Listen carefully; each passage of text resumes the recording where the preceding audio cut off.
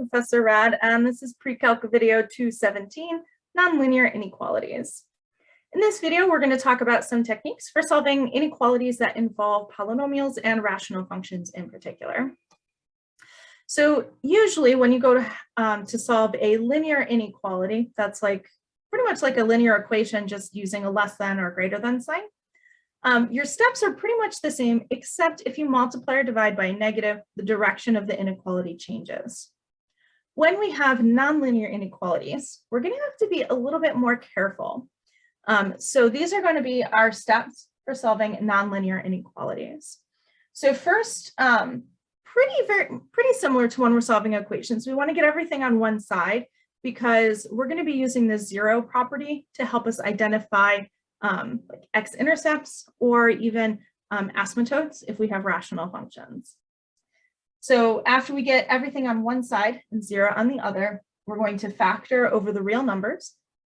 And then we're going to make a table of signs, just like we did when we graphed polynomials and rational functions. And then lastly, we're going to state the solution. Most of the time, the solution will be in interval notation, but you can also write the solution in set builder notation as well, unless interval notation, is specified in the problem. So let's go ahead and do this first example, and we're going to do this example wrong to start. I know, weird, right? So I'm going to show you why you can't just solve this like a normal equation. So if we had an equal sign here, we'd probably just square root both sides, and we would get x is equal to plus or minus 4. But because we have this greater than, a common mistake is to do this, is to say we get x is greater than or equal to plus or minus 4. Now, if you think about what this means, it doesn't make a whole lot of sense because it would mean that x is greater than or equal to negative 4, or x is greater than or equal to positive 4. So in this case, we have some solutions that are greater than or equal to negative 4, but not greater than or equal to positive 4. So are we looking for where these two statements overlap, or are we looking for where they are joined together? Are we unioning them, or are we intersecting them? Or are we doing something different? So this is why it's a little bit confusing to just take the square root of both sides. That's why it's not going to work in this case. So let's go ahead and work through our steps to solve this one.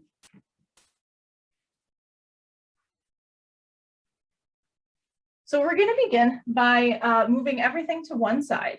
So I'm going to bring the 16 over here because I like a positive coefficient on my x squared term.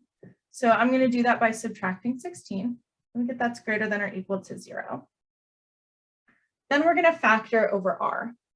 So I've got x plus 4 times x minus 4 is greater than or equal to 0. So this is because we had a difference of perfect squares. So we'll factor.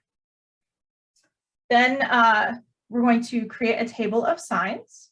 So these are the factors that are going to provide the zeros for this quadratic. So x plus 4 is 0, and x minus 4 is 0. So x is negative 4, and x is 4. What we're doing here in this step is we're not solving the inequality, but we're finding what are sometimes referred to as the critical values. The critical values are the points that we're going to put on that table of signs. So I'm going to set up my table of signs to have negative 4 and positive 4. And now to figure out what's positive and what's negative. Oh, actually, I should put little points here because these are my x-intercepts. These are my zeros. And then to figure out what's positive or negative, we pick representatives from each of these intervals. So I usually like to start wherever 0 is because 0 is easy to evaluate. And we're going to evaluate in this function up here, or this inequality up here. So I'm going to evaluate here for 0. 0 squared minus 16 is negative 16. So I'm negative here. And if I plug in 5, I'll get 25 minus 16, which is a positive. And if I plug in -5, I get a positive 25 minus 16, which is still positive. So there we go. That's our table of signs. Then we're going to state the solution. So I'm going to look back up here, and we are interested when this polynomial is greater than or equal to 0. So since we're greater than or equal, we want the positive values of this function. So this means that we want to be looking over here. So we're going to be looking from negative to infinity up to -4. And we're going to include it because we have the or equals to here. Then we're going to union on from 4 to positive infinity because that's where it's positive as well. And there we go. That's our solution. If you want to visualize graphically what's going on here on this equation here, this is the parabola x squared that's been pushed down 16 spaces.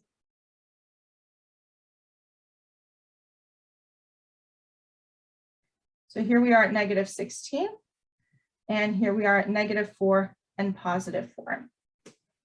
So if this is the equation or inequality that I'm trying to solve, I want to be greater than or equal to 0. So I want the pieces of the parabola that are above the x-axis. So that's going to happen when x is to the left of -4 or including -4. And it's going to involve 4 or higher. So this is our main process for solving, in this case, a polynomial inequality.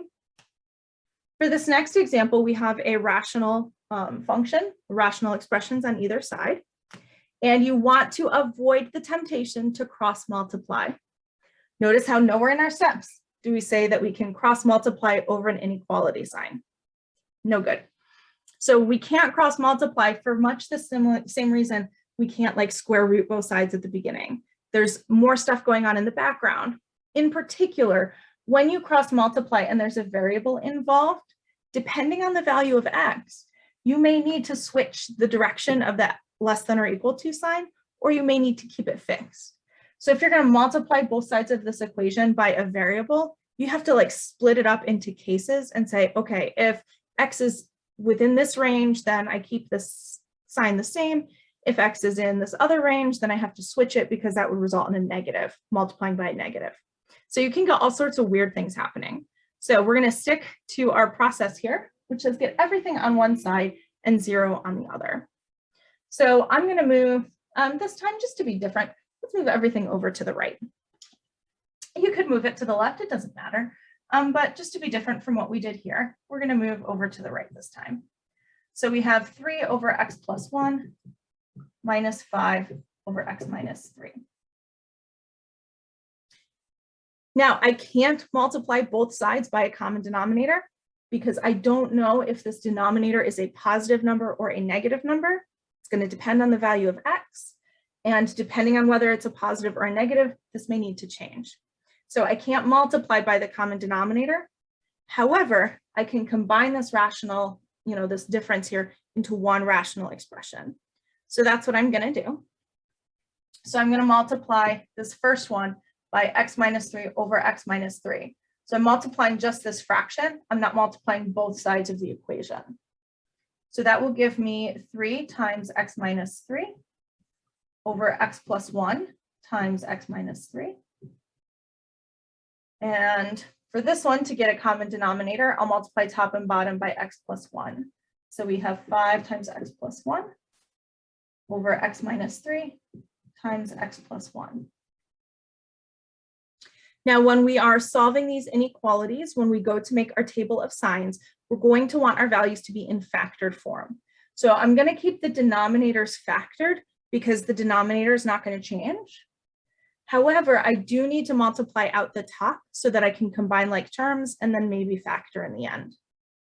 So I'm going to get 3x minus 9 over x plus 1 times x minus 3 minus 5x plus 5 over x minus 3 and x plus 1. And then we can now combine these two rational expressions. So I've got 0 is greater than or equal to 3x minus 5x is a negative 2x. Negative 9 minus 5 is negative 14. And we have x plus 1 and x minus 3. Whew. So a little bit of algebraically intense work here, but we got through it. We'll be good.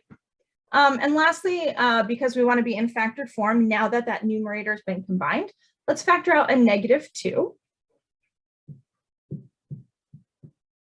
That will give us x plus 7 and x plus 1 times x minus 3. All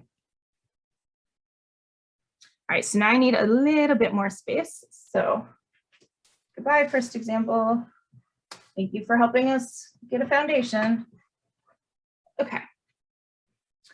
So now that we have this setup, we've combined everything and we factored everything.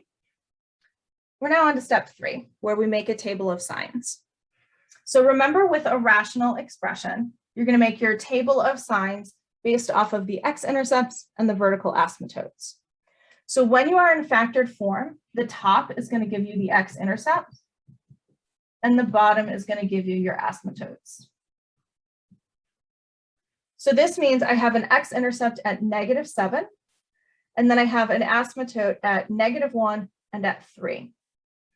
So what I'm going to do when I set this up is I'm going to put a dot at negative 7 because that's my x-intercept. And then I'm going to put a little dotted line for negative 1 and another one at 3. So I know those are my asymptotes. And now we substitute in. So we plug in values for the x's to see if we get positives or negatives, and we fill in our table of signs. So I'm still going to start out with 0. 0 is between negative 1 and 3. So when I substitute in 0, I'm going to get negative 2 times 7 over 1 times negative 3. So I'm going to end up with a negative over a negative, which is going to be positive. Now, if I pick a number bigger than 3, let's say 4, I'm going to end up with negative 2 times a positive number, because 4 plus 7 will be positive. 4 and 1 is positive, and 4 minus 3 is positive. So I have positives in the denominator, and then in the numerator, I have a negative times a positive. So overall, this whole thing is going to be a negative number. So this is how we can fill in our table of signs without actually having to do the computation. We can just kind of work through what the signs of each factor will be and follow our rules of multiplication of signed numbers. So then we'll continue with a number between negative 1 and negative 7, maybe negative 6. So if I use negative 6, I'm going to get a negative 2 because that's just the same. Negative 6 plus 7 is a positive. Negative 6 plus 1 is a negative. Negative 6 minus 3 is a negative. So this will give me a positive. Positive times a negative is a negative. So we have a negative value here. And lastly, we pick something smaller than negative 7, maybe negative 8. So if I do negative 8, I have negative 2. Negative 8 plus 7 is a negative. Negative 8 plus 1 is negative. And negative 8 minus 3 is also negative. So this will turn positive, this will turn positive, so we end up with a positive. Whew, all right, so now we have our table of signs all completed. We're trying to figure out where this rational expression is going to be smaller than or equal to 0. So I'm bigger than 0 before 7. Or negative 7, sorry, but I equal 0 here. So I want to include that. Then I turn negative. So then I'm negative up until negative 1. But because I have an asymptote there, I can't equal negative 1. So I'm going to go up to negative 1, but not include it. Then we're positive between negative 1 and 3. And then at 3, we have an asymptote. And we are negative after that asymptote. So I'm going to union on 3, but I'm not including 3 because of the asymptote. And then we go to infinity.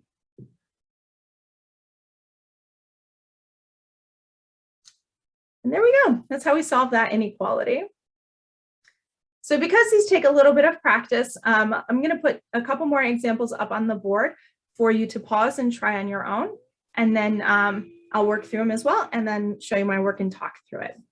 And then you can check your work too. Alrighty, so here are 3 examples for you to try on your own to give you some practice in solving inequalities. And then, so you can pause the video and work through them. And then when you're all done, you can unpause the video and my solutions will be on the board. And then we'll walk through them together. So pause the video here and practice this so you kind of get the groove of it.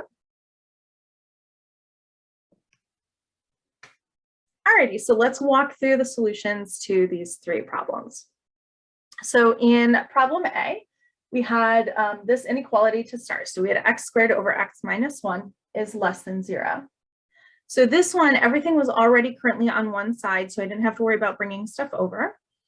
So from my numerator, I get my x-intercept. So that's at x is 0. So I have my point here. And then the bottom is where I get the vertical asymptote of x equals 1. So at 1, I have my dotted line. And then I just substituted in values and got my table of signs. So I got it was negative before 0, negative between 0 and 1, and positive after 1. So you do want to be careful. Your table of signs doesn't always alternate plus, minus, plus, minus. Sometimes you get multiples, of the same in a row. So in this one, we were looking just for less than 0, which means I'm not going to include my x-intercept because I only want less than 0. So I've got from minus infinity up to 0, and then from 0 up to 1. So that's how I got negative infinity to 0, union 0 to 1. Let's look at the second example, which started out pretty okay, and then kind of turned into a bit of a disaster. So we started out bringing the 14 over to the left, and then I factored out a 2 because everything was even. And that gave me t squared minus 3t plus 7 was less than 0. So it's like, all right, we're getting there. This is pretty good. But then that didn't factor. So I said, okay, you know what, that's fine. Let's use the quadratic formula. Maybe we have irrational roots. So I threw it into the quadratic formula, and lo and behold, I got a negative underneath the radical. So this means that there's no real solution to this polynomial equaling 0. So that means there are no real roots. So when that happens, because this is a parabola, that means your parabola lives totally above the x-axis, so it's always positive, or it lives totally below the x-axis, so it's always negative. So that means one of 2 things is going to happen. We're either going to get a solution of all real numbers because we are always negative, or we're going to get a solution of never because we're always positive, so we're never less than 0. So it turns out I picked some number to plug in for t. So I picked 0 and I got a positive. So that means we're always going to be positive, and we have the empty set as our solution. So there will never come a time when 2t squared minus 6t is less than negative 14. And then lastly, for the third problem, we had to find the domain of the 4th root of this function. Now, the 4th root is an even root, which means the radicand, the stuff inside, has to be greater than or equal to 0. So my setup is to take that stuff that was inside and make it greater than or equal to 0. I decided to factor out a negative x so that I would get a positive x squared, and I rewrote the order of my terms. So I factored out a negative x, and that gave me x squared minus 2x minus 3. And then that factored into x minus 3 and x plus 1. So all of these are x-intercepts. So I made those little dots there, and I found my table of signs. So you can see what I did here was I picked a representative. So for example, maybe here I picked, let's go here, maybe I picked negative 1/2, I think I used. So negative 1/2 is positive. Negative 1/2 minus 3 is negative. Negative 1/2 plus 1 is positive. So 2 positives times a negative is going to give me a negative answer. So that's how I found those signs. I just picked a representative in each of those intervals. And then because we want to be greater than or equal to 0, I picked the positives. So that's where I have from minus infinity to negative 1. and 0 to 3. And because we could equal 0, I made sure to union that on as well. So how'd you do? Were your answers on the way there? Did you get stuck on problem B? That was kind of tricky, that one. Did you know how to start part C, finding the domain? So those are usually places where folks get tripped up on these kinds of questions. I hope this was helpful for solving nonlinear inequalities. In our next video, we are going to start looking at some totally different types of functions. We're going to start digging into exponential functions, which will lead to logarithmic functions as well. So I'm looking forward to taking you on that exciting journey. In the meantime, I hope you have a wonderful day, and I'll see you next time. Bye for now.